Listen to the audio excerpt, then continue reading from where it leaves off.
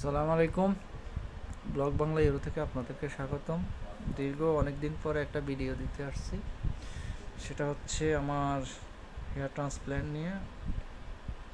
3 মাস আগে একটা দিচ্ছিলাম, তখন কিন্তু আমার চুল নতুন ট্রান্সপ্ল্যান্ট করছি 7 দিন পরে। তো আজকে আজকে প্রায় 3 মাস শেষ। আমার চুলের অবস্থা এখন এরকম। ডক্টর বলছিল 3 মাসের মধ্যে সবকটি চুল পড়ে যাবে, আবার নতুন করে চুল উঠবে, 6 থেকে 1 বছরের মধ্যে চুল আগের জায়গায় ফিরে যাবে। কিন্তু আমি বা আপনারা দেখতে পাচ্ছেন আমার সব চুল পড়ে নাই। 30% চুল পড়ে গেছে, আর 70% চুল এখন আমার আছে। তো চুলের যে ট্রান্সপ্ল্যান্টটা করা হয়েছে, আমার কাছে মনে হয় মোটামুটি ভালো এবং সাকসেসফুলি। আমার চুলের কন্ডিশন খুবই ভালো।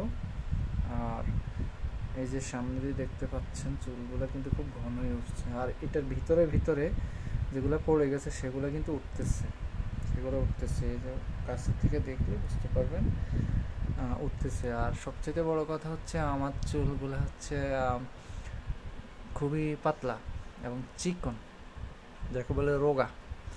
তো সেই জন্য আমার চুল অত ঘন হচ্ছে না, কিন্তু 6 মাস পরে আশা করি আমি যথেষ্ট ভালো হবে, খারাপ হবে না। কারণ এই যে চুলগুলা এগুলা কিন্তু আমার অরিজিনাল, ঠিক আছে? মানে এগুলা আগের থেকেই।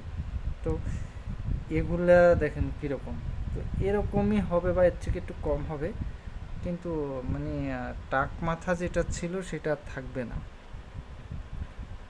আশা করে। আর এখনও মোটামুটি ভালো আছি। এগুলা বড় হলে কিন্তু চুল একটা দেখার মতো হবে এবং ফেস লুকিংটা চেঞ্জ হয়ে যাবে।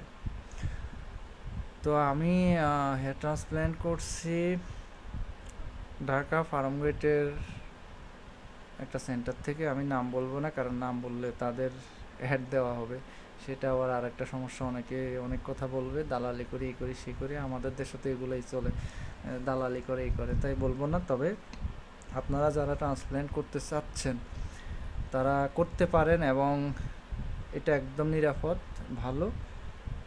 আমার মনে হয় অন্য কিছু ইউজ না করে আপনার যদি ক্যাপাসিটি থাকে আপনি হেয়ার ট্রান্সপ্ল্যান্টটা করে নিতে পারেন। আর যেহেতু আমি ইউরোপের একটা দেশে থাকি, আমি চাইলে এখানে করতে পারতাম, বা আমি তার্কে গিয়ে করতে পারতাম। আমি করি নাই শুধু একটা কারণে, একই কোয়ালিটি, একই সিস্টেম, কিন্তু এখানে কস্টটা অনেক হাই। যেটা আমার দেশে আমি 1 লক্ষ টাকা দিয়ে করতে পারি, সেটা এখানে 2.5 লক্ষ থেকে 3 লক্ষ টাকা পড়ে যাবে। এবং সিস্টেম কিন্তু একটাই, এবং রেজাল্টও একটাই আসবে। তো তাই আমি বাংলাদেশে গিয়ে যাচাই বাছাই করে আমার কাছে মনে হলো যে আমাদের বাংলাদেশের সিস্টেমটা খুবই ভালো। তো আমাকে যিনি হেয়ার ট্রান্সপ্ল্যান্ট করছেন ওনার নাম হচ্ছেন ডক্টর কামাল। যথেষ্ট ভালো চিকিৎসক আমি বলবো, এবং ওনার কথাবার্তা, সময় দেওয়া যথেষ্ট ভালো। আমি বাংলাদেশে আর কোথাও এরকম এত সুন্দর কথাবার্তা বলা আমি আশা করিনি। ওনার কাছে যেটা পাইছি আমি খুবই স্যাটিসফাই এই ব্যাপারে। আর আরেকটা কথা হচ্ছে, যারা প্রবাসে আছেন, করতে চাচ্ছেন, চিন্তা ভাবনা আছে, তাহলে করেন।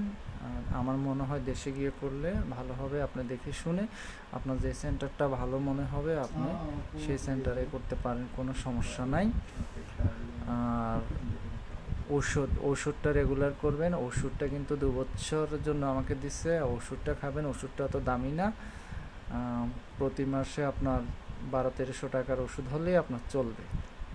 আর মিনিক্সিডেল যেটা, সেটা আপনি চাইলে আপনি বাইরের কান্ট্রিটা ইউজ করতে পারেন। যেখানে আপনি থাকেন, যে দেশে থাকেন, ওই দেশ থেকে নেবেন, তাহলে আপনার অ্যাভেলেবেল ওইটা মিলবে। কারণ মিনিক্সিডেল এমন একটা ওষুধ, আপনি একটা ব্র্যান্ড থেকে আরেকটা ব্র্যান্ডে গেলে সাময়িক আপনার চুল পড়াটা বেড়ে যাবে, পরবর্তীতে আবার কন্ট্রোল হবে।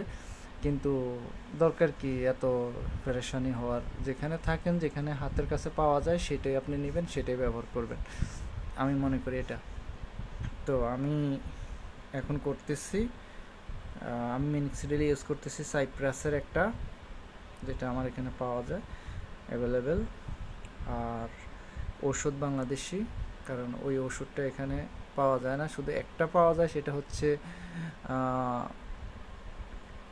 সেটা হচ্ছে আপনার রিক্যারটা পাওয়া যায় এখানে, কিন্তু সেটা অনেক হাই রেট। 1 মাসের ওষুধ প্রায় 6-7 হাজার টাকা লাগে বাংলাদেশি, যেটা আমি মনে করি অতিরিক্ত দাম। আর তাছাড়া একটা ওষুধ দিতে হবে না, আপনাকে আরও সাথে 3-4টে ওষুধ খেতে হয়, তাই এখান থেকে না নেওয়াই ভালো। আপনি বাংলাদেশ থেকে ওষুধ সংগ্রহ করবেন, আর মিনক্সিডিলটা আপনি যেখানে থাকেন সেখান থেকে নেবেন, কোনো সমস্যা নেই। তো যারা ইচ্ছে করে আছেন যে আপনারা করবেন, ট্রান্সপ্ল্যান্ট করবেন, তাহলে করে ফেলুন, কারণ যত লেট হবে তত আপনার ডোনার এরিয়া কমে যাবে। ডোনার এরিয়া কমে গেলে কিন্তু আপনি আর হেয়ার ট্রান্সপ্ল্যান্ট করতে পারবেন না।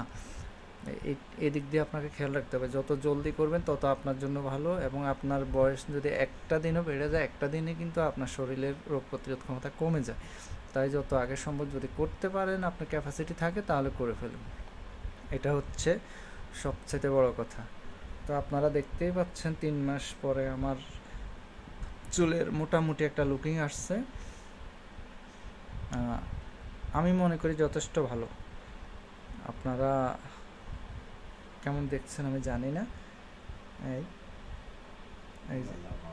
এই যে ভিতরে অনেক চুল আছে, সেগুলো 6 মাসের মধ্যে, আশা করি 1 বছরের মধ্যে পরিপূর্ণ হয়ে যাবে। তখন আগের মতো ইনশাল্লাহ হয়ে যাবে মাথার লুকিংটা।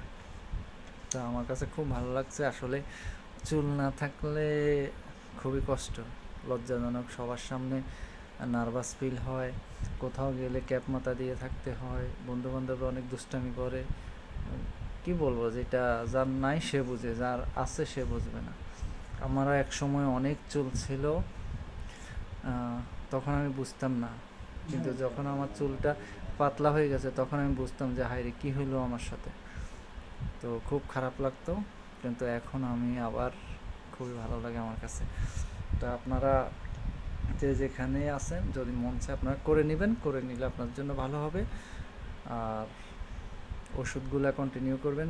হেয়ার ট্রান্সপ্ল্যান্ট যদি আপনি 1 মাস পরেও করেন, কিন্তু আপনি 1 মাস আগ থেকে ওষুধ খাওয়াটা শুরু করেন, আর মিনক্সিডিলটা ইউজ করা শুরু করেন। প্রতিদিন চেষ্টা করবেন 2 বার করে, সকালে এবং রাত্রে 7 চাপ করে দিবেন, ব্যাস। আর যদি আপনি 2 বেলা দিতে না পারেন, তাহলে আপনি রাত্রে বেলা দিবেন 7 চাপ।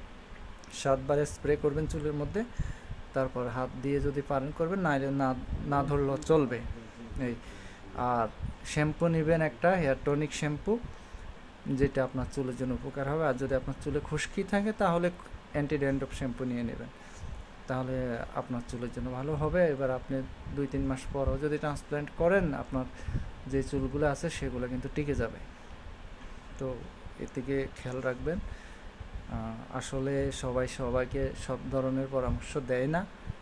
আমি ভুক্তভোগী, তাই আমি কিভাবে আমি সফলতা পেয়েছি, কিভাবে আমি করেছি, সব কিছু আপনাদের সামনে শেয়ার করলাম।